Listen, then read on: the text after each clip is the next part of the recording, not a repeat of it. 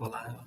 Bom, eu imagino que vocês devem estar pensando por que logo agora, próximo do final do ano, vamos ter vídeos em 2024. Porque no decorrer do ano eu passei por alguns afazeres, eu estive muito ocupado com outros assuntos, então não foi possível gravar vídeo aqui. Então, por isso mesmo, nós vamos dar início aos trabalhos de 2024 agora. E, para começar, eu vou falar sobre um dos maiores filmes de terror de todos os tempos, que é O Massacre da Serra Elétrica, do Tobe Hooper.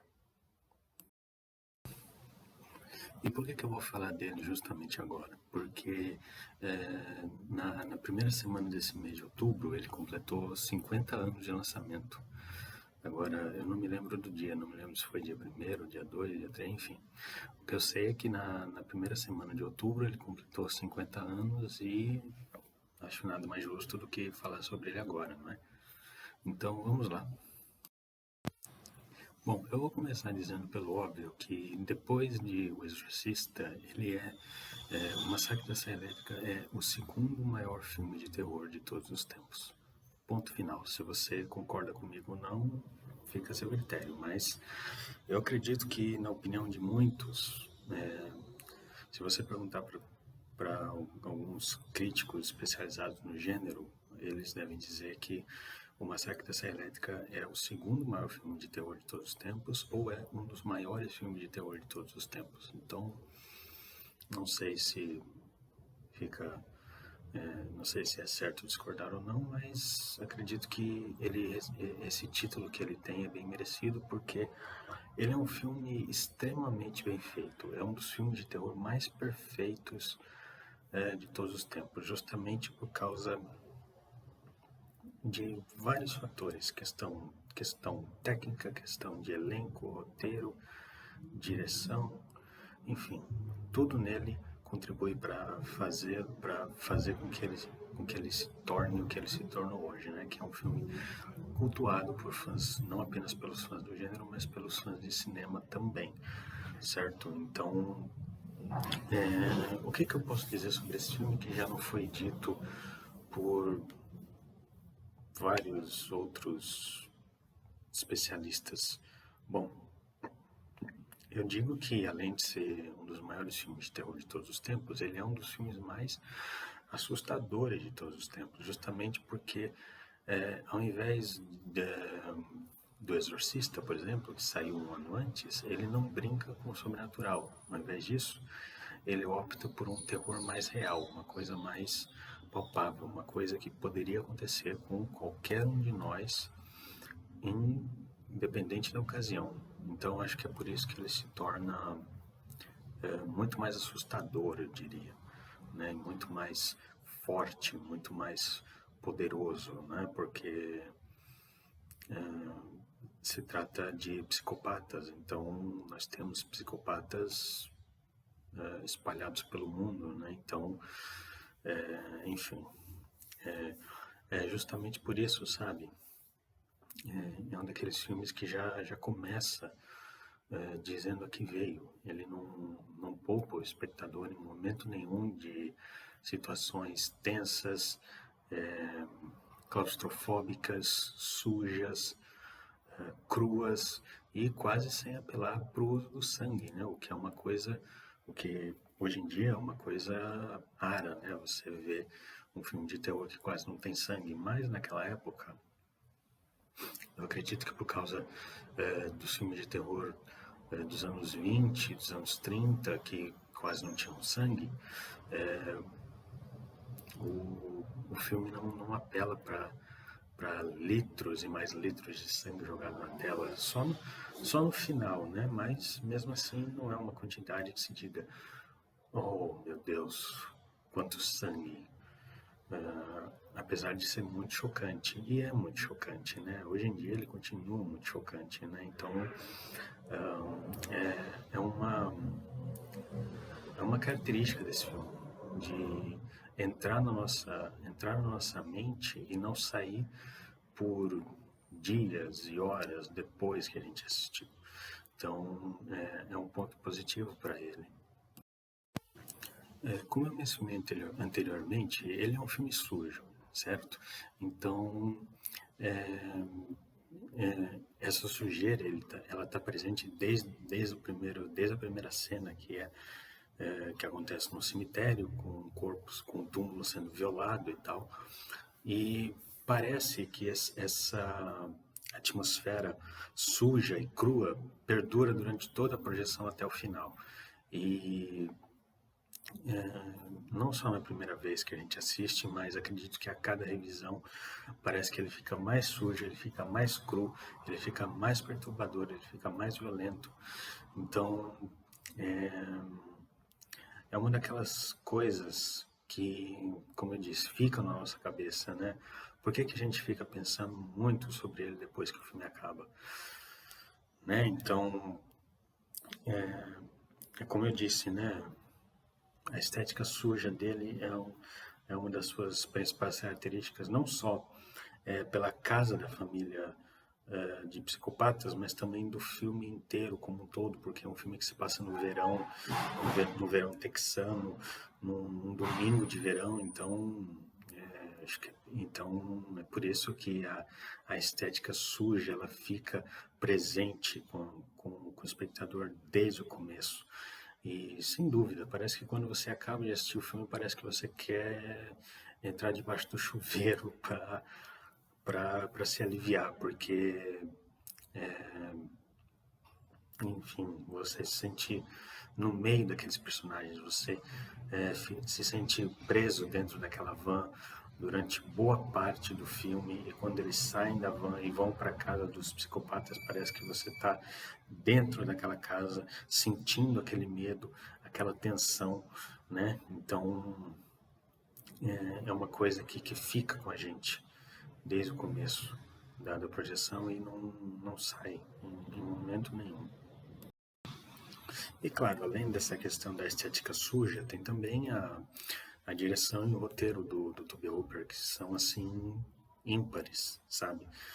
Como eu disse, não é um filme que fala de sobrenatural, é um filme que fala de psicopatas reais, né, que poderiam existir, né? Então é mais um ponto positivo porque na época, se você analisar os filmes de terror da época, eram muito voltados para o satanismo, por exemplo, né? Como a gente tem o Exorcista, que eu mencionei, que saiu um ano antes, 2 anos depois a gente teria a Profecia, em 68 a gente teve o Bebê de Rosemary. Então, durante toda a década de 70, o satanismo estava em alta por algum motivo, né? Não, não sei por quê, porque eu não vivi essa época, então não posso dizer, mas eu acredito que o Massacre da Serra Elétrica é um contraponto a tudo que era mostrado até então, né? Porque, de novo, estava falando de uma coisa que poderia acontecer com qualquer pessoa, né? Um grupo de cinco amigos viajando pelo interior do Texas que se depara com uma família de psicopatas canibais.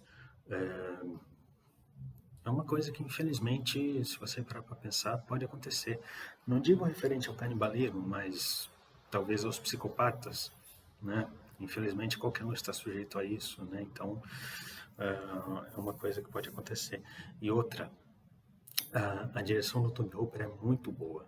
Ele mostra já no segundo ou terceiro filme que ele é um diretor muito capaz, ele sabe o que ele está fazendo e ele cria planos e sequências que são memoráveis. Por exemplo, a sequência do balanço, em que uma personagem vai investigar o que está acontecendo dentro da casa, a câmera ela está embaixo do balanço e ela acompanha a personagem saindo do balanço e andando pela casa, tudo num plano sequência, num contra-plongé, e é uma coisa muito bem feita. Eu imagino o quão complicado deve ter sido de fazer na época, né? Porque hoje em dia talvez seja fácil de fazer um plano como esse, não sei, estou supondo que seja fácil, né?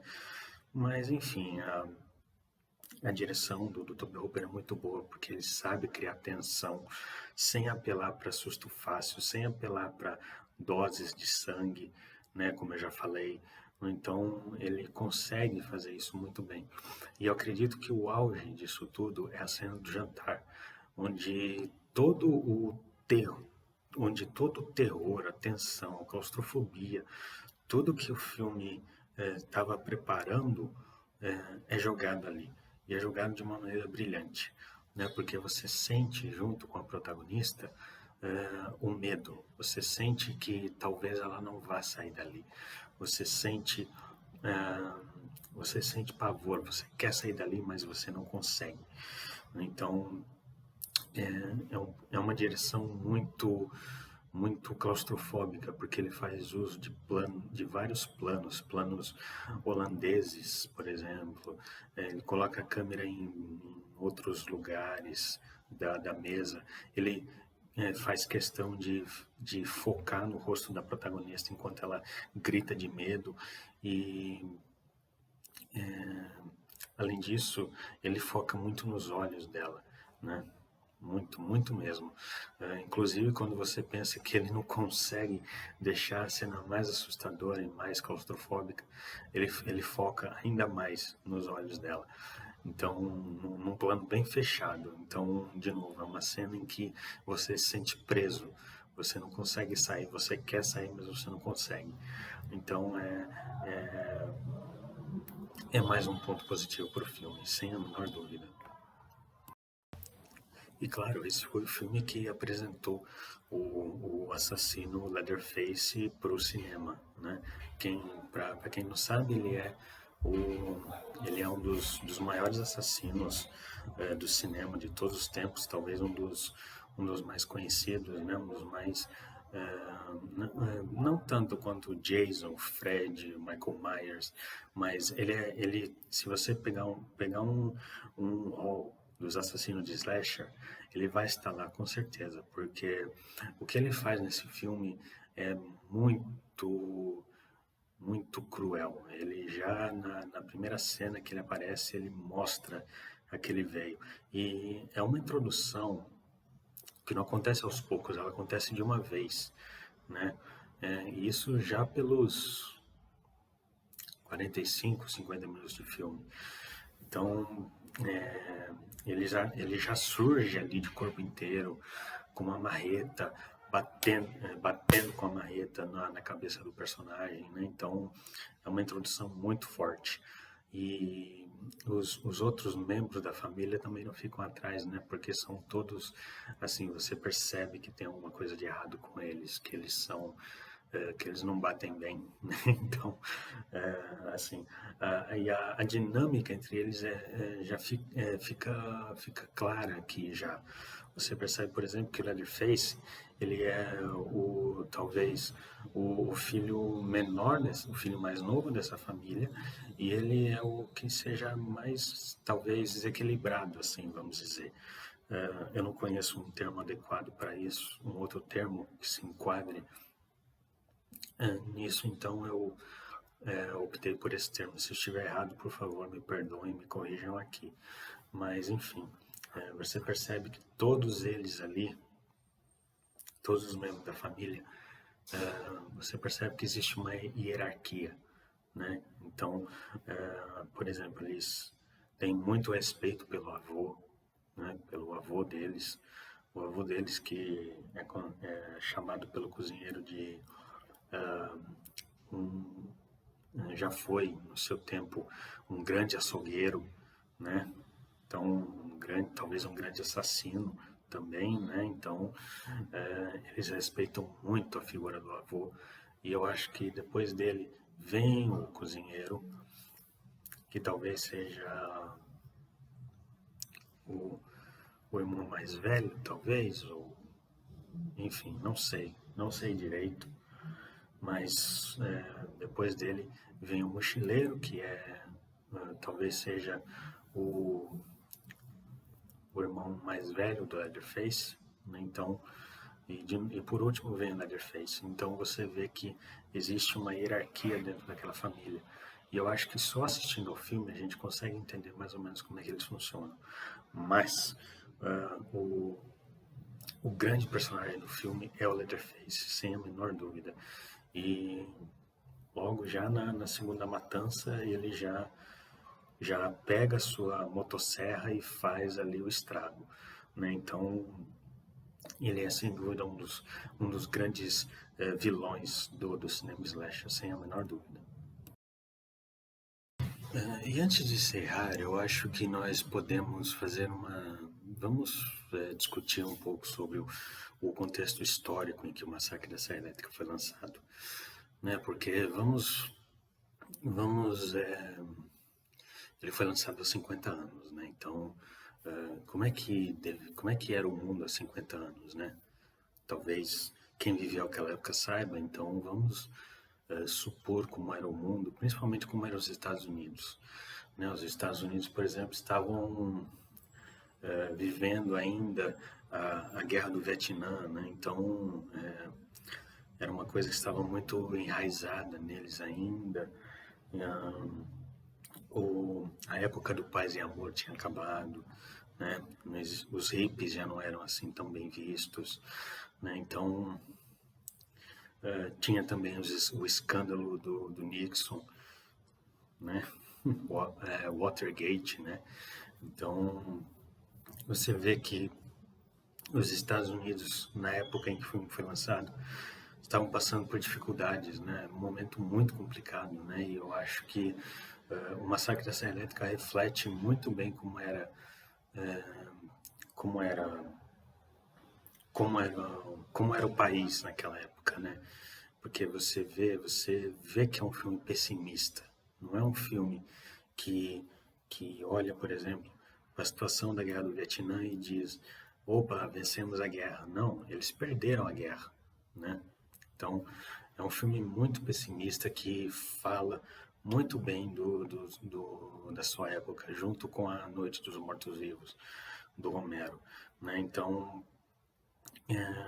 eu acho que por cima podemos, podemos dizer isso. Eu acredito que na resenha que eu escrevi para o blog isso esteja um pouco mais aprofundado, então eu vou deixar o link do blog aqui na descrição para você conferir depois, né? Mas eu acredito que seja isso, né? Que seja por isso que o filme é tão importante, porque ele fala da situação precária que os Estados Unidos estavam vivendo naquela época. Então, por isso que ele é tão importante assim. E como eu falei já várias vezes aqui, esse ano ele completou 50 anos, né? E lá nos Estados Unidos ele vai ser reexibido novamente nos cinemas, eu acredito que no dia 25 de outubro, eu acho, pelo que eu vi no site nos sites não, no trailer especial de 50 anos, vai ser exibido numa versão remasterizada em 4K, né? Então, olha só que coisa, né? Que coisa espetacular deve ser ver esse filme no cinema, né? Seja naquela época, seja agora no relançamento, né? Então, deve ser muito emocionante mesmo. Então, esse foi o nosso programa de hoje. Falamos de O Massacre da Serra Elétrica, do Tobe Hooper, que completou 50 anos agora em outubro. E eu vou deixar lá embaixo na descrição o link do blog para você conferir, não apenas a resenha do filme, mas também todas as outras resenhas publicadas até então. Devo dizer que, assim como o canal, o blog ficou um bom tempo sem publicar resenhas pelo mesmo motivo pelo qual eu não consegui produzir vídeo aqui para vocês. Então, por exemplo, vocês vão ver que agora em setembro só tive uma resenha publicada. Então,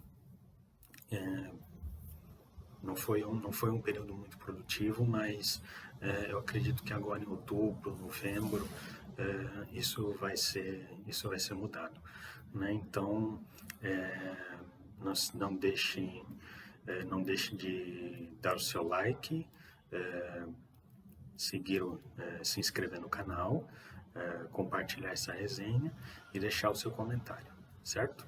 Então é isso, muito obrigado e até o próximo.